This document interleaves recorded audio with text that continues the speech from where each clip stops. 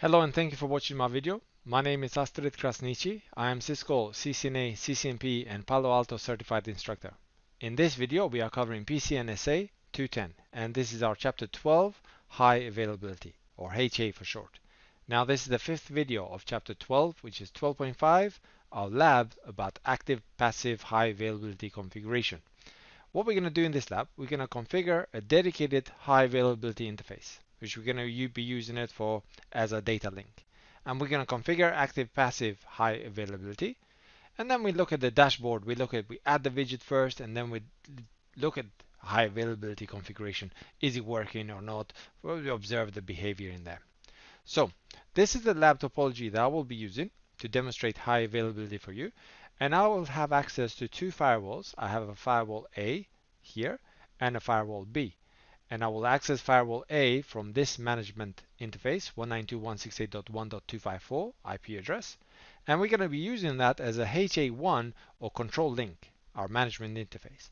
Firewall B is 192.168.1.253. And again, that will be used as HA1 or control link. Then I will create a dedicated high availability interface, and that will be used as HA2. And the dedicated interface will be E1/6. That will be used as HA2 or data link. We'll give it an IP address, so 172.16.12.1 will be for firewall A, and 172.16.12.2 for firewall B. Our firewall A will be the active firewall because we get the priority to 80, and we'll enable the preemption. So the firewall B will have a default priority of 100 and the preemption will be enabled as well. Okay, so there's quite a few things to do. So let me go to the firewalls, both of the firewalls, and show you. So this is my firewall A. So I have access to it 192.168.1.254. And then we have a firewall B, 192.168.1.253, the same as what we have here. Okay, so first thing that we need to configure is the enable an interface for high availability, which will be used as a data link interface or HA2. So for firewall A, I'll go to network and then interfaces, and I'll choose 1.6, and in here I'll just put as a type HA2. So interface type HA2. Nothing else. I can configure a comment. Well, on production you put a comment in there, but that's it. I don't need to give an IP address or anything. Just click OK here. And then I'll do the same for firewall B. So I'll go to firewall B, network, and then interface 1.6, and I'll enable that as a not tap interface HA2, or just HA, sorry. That's it, interface type HA, and click OK.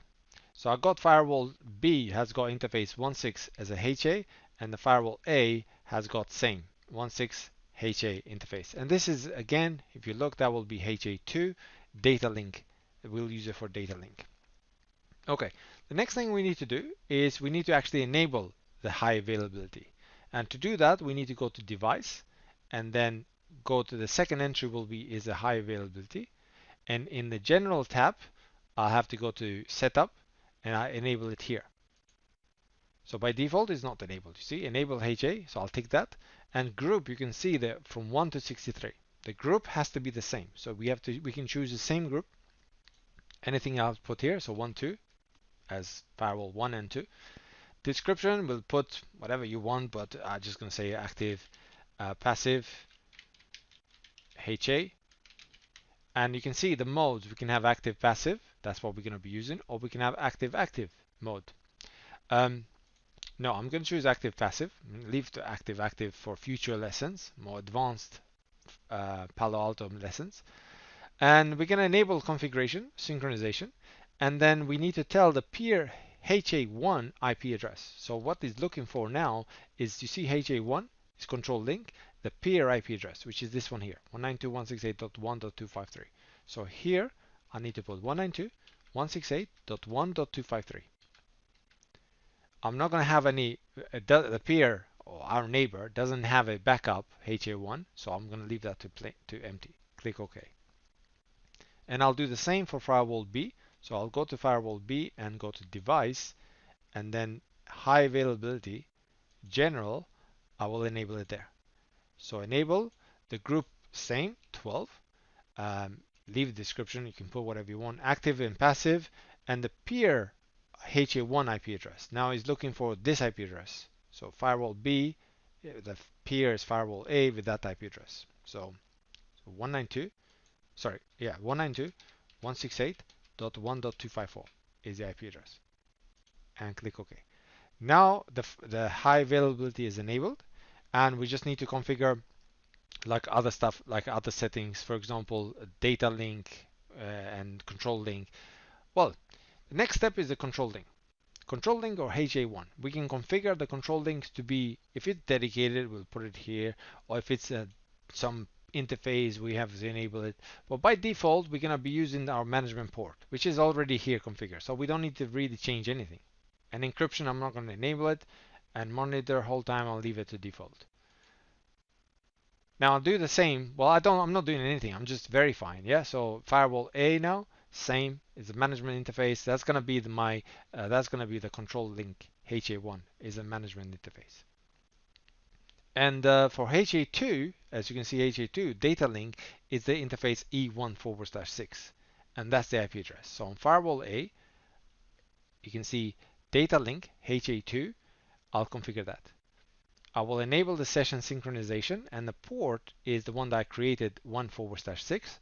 That's my HA2. And the IP address for this is going to be 172.16.12.1. And I'm picking this just from same network, any private address, but you can really pick your own ones. It doesn't have to be, what I'm trying to say, that it doesn't have to be this address. You will use a gateway if the data link interfaces are in different subnet. Then you have to use a gateway. Otherwise, you can just leave it empty. And transport, we can leave Ethernet, IP, or UDP. We're just going to leave it to Ethernet. I'm going to keep this the same. I'm not going to change this. HA2 keep it lives. So I'm going to keep it as is and click OK. Now we'll go to firewall B and I'll do the configuration. So under the data link, I'll say the port is Ethernet 1/6 and the IP address of this is 172.16.12.2. And the subnet is 255.255.255.255.0. That's it. So now the HA1, it's already configured because that's management interface, and we told what's the peer's IP address, and HA2 we enabled it on the interface that we have configured. So now we have to configure the preemption and priority, for example, and that is under election settings. So if you same place, we go to election settings, we click on the gear icon here, and device priority you can see is 100. But firewall B, I want to leave it to default. That's my default. So this is what firewall B, so leave it to default. I will enable the preemptive, so preemption will be enabled, and heartbeat backup. This is to avoid split brain scenario that we talked about in the lesson. And I'm not going to enable that. I'm going to leave it as is. I don't have a backup. So the timers, we have 2 timers, recommended and aggressive, and these are going to be populated themselves. We don't have to worry about it, depending on the firewall. Or if we want to change them, we just click on the advanced and we click on our own timers. We change the timers. But I'm going to keep it to recommended, so click OK. Now on firewall A, I will actually reduce the priority to 80, which will now, this will make this firewall to become the active firewall. Preemption is enabled, and I will leave the timers to recommended. And the next thing is, if you have a backup, for example, HA1 backup, you will configure it here. If you have HA2 backup, you will configure it here, which I don't have it, so I'm not going to configure it. And the next thing is active passive state settings. This is what happens if your link is in passive state. Is it shut down, which will take longer to go up there and then to take over, or maybe just disabled. It's up, but it is disabled. And how long we want to wait before we actually take over. This is to prevent, flapping of on the firewall going up, down, and so on. And I can click OK, and I'll do the same for firewall B. So active passive settings, and I just set it to auto. Okay, the next thing I'm going to do is link and path monitoring. This is, for example, we are the active firewall, but if, for example, some interface goes down, we want to make sure that there is a failure and the passive firewall will become the new active firewall. So we can monitor, for example, our interfaces. So I'm just going to give it a name here. So link monitor and enable. And failure condition, I can say any of the interfaces that I add, anything goes down, it's a failure. Or I have to wait for all interfaces to go down, then it will consider as a failure. So I will add the interfaces E11, E12, and E13. So any of these interfaces goes down, it will consider it as a failure, and the passive firewall will take over. And then we can do path monitoring as well. And I can add a virtual router, for example, virtual path. So router, the firewall will actually ping the path and make sure that it can access it. If it can't access it, then that will be considered as a failure. So I'm going to use my router and choose the path. For example, I can ping some DNS server. So say that I'm pinging this. For as long as I'm pinging this, it's considered fine. And click OK. We could change the ping intervals as well if we wanted. I don't know if you saw it here. Ping interval and ping count, we can change them. I just leave it as default. And I will do the same for firewall B. So I'll go to link and path monitoring, and I monitor the links. For example, just say link monitor. And here I'll put the interfaces that I want to monitor. So Ethernet 1.1, 1.2, and 1.3.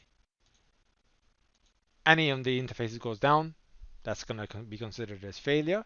And we can monitor a path monitoring. So virtual wire path or VLAN path. So we're going to say a virtual router path. And our virtual router is a VR, lab VR. And I'm going to add, for as long as I ping this IP address, then the path is fine. Okay, that's all done for high availability or active passive configuration. So I just need to commit, and then we can go and check it. So commit on firewall B, and then commit on firewall A, and then we go and check. Okay, commit has completed successfully on firewall A, and just checking the firewall B has been completed successfully. We got some warning, but that's for external dynamic list. And there's one big warning here. No valid threat license. And that can be the problem. Remember, we said that it has to match the licenses, the operating system version, and so on. They all have to match. And if I go to dashboard here, look, the software version 9.01, this has to match. So I go to dashboard here, and I see software version 9.01. That matches. Yes, that matches. Now it says the license, virtual machine license, none. And you say here, virtual machine license, VM50. And that's going to be a problem. So these two, they're not going to create high availability pair because the license is different. So they have an antivirus version, wildfire version. Here, they're going to be different, right? So to check it, anyway, we have to go to dashboard, which we are here. And we have to add the widget of the high availability, and that's located under system and then high availability. So as you can see, now we have red, which is no good, green is okay, and orange, which is passive, but we don't have anything. Okay, so what we can see here, the high availability control link, it's okay, it's up, and the data link is up, so it's working, and the VM service is matching. But the problem what we have is the non-functional VM license mismatch with a peer. So for example, here the licenses are not matching between the firewall A and firewall B. Because the firewall B is not licensed. You know, I just use it for testing. It's not licensed, so that's why we don't have a peer. But you can see the peer's IP address, and it's working, they're communicating with each other, but the only problem is that we don't have the license. We can have a look at the system log. So if we want to see what information we have, for example, go to monitor, and then under logs, we have a system log.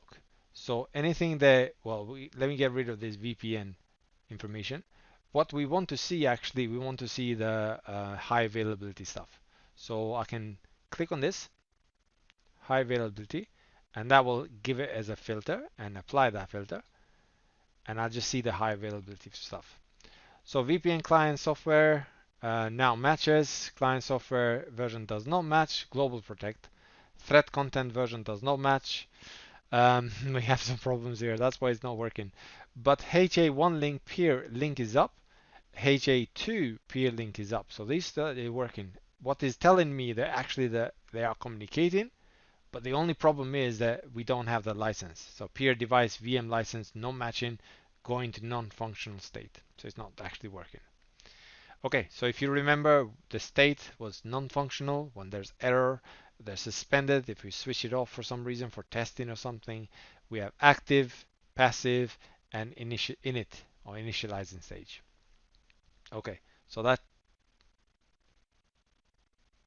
Okay, so thank you for watching this video. This was demonstrating how to configure high availability or active passive high availability. And we only couldn't get it working because of the license. I don't have two firewalls with a license because that would be crazy just for one video. You need about £800 to buy this license. But one of them is licensed and the other one is not licensed. So that's why it wasn't working. But if it was both licensed, that's all the configuration. Thank you for watching lesson 12.5, lab active passive high availability. This is of chapter 12, high availability. Please have a look at my other videos and don't forget to subscribe. This has been Astrid Krasnich.